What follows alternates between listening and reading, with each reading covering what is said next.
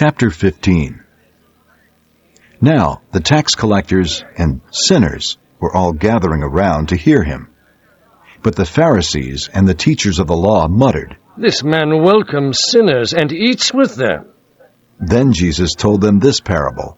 Suppose one of you has 100 sheep, and loses one of them. Does he not leave the 99 in the open country and go after the lost sheep until he finds it? And when he finds it, he joyfully puts it on his shoulders and goes home. Then he calls his friends and neighbors together and says, "Rejoice with me, I have found my lost sheep."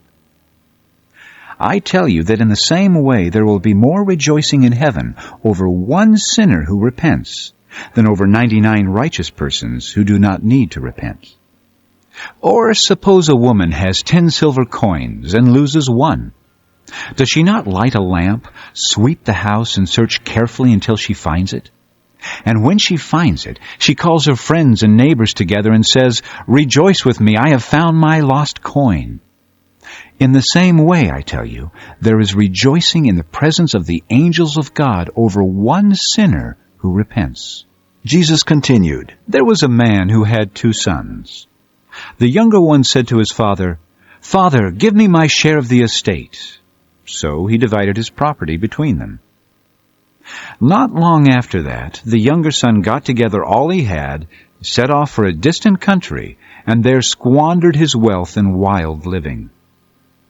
After he had spent everything, there was a severe famine in that whole country, and he began to be in need. So he went and hired himself out to a citizen of that country, who sent him to his fields to feed pigs. He longed to fill his stomach with the pods that the pigs were eating, but no one gave him anything. When he came to his senses, he said, "How many of my father's hired men have food to spare, and here I am starving to death?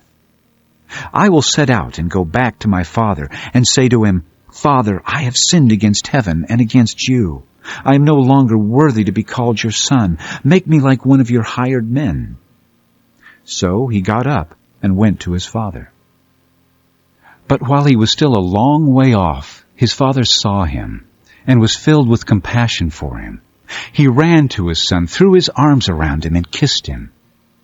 The son said to him, 'Father, I have sinned against heaven and against you. I am no longer worthy to be called your son.' But the father said to his servants, 'Quick, bring the best robe and put it on him. Put a ring on his finger and sandals on his feet. Bring the fattened calf and kill it. Let's have a feast and celebrate, for this son of mine was dead and is alive again. He was lost and is found.'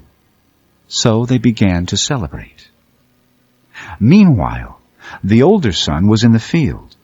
When he came near the house, he heard music and dancing. So he called one of the servants and asked him what was going on. 'Your brother has come,' he replied, 'and your father has killed the fattened calf because he has him back safe and sound.' The older brother became angry and refused to go in. So his father went out and pleaded with him. But he answered his father, 'Look, all these years I've been slaving for you and never disobeyed your orders. Yet you never gave me even a young goat so I could celebrate with my friends. But when this son of yours, who has squandered your property with prostitutes, comes home, you kill the fattened calf for him.' 'My son,' the father said, 'you are always with me, and everything I have is yours. But we had to celebrate and be glad, because this brother of yours was dead and is alive again. He was lost and is found.'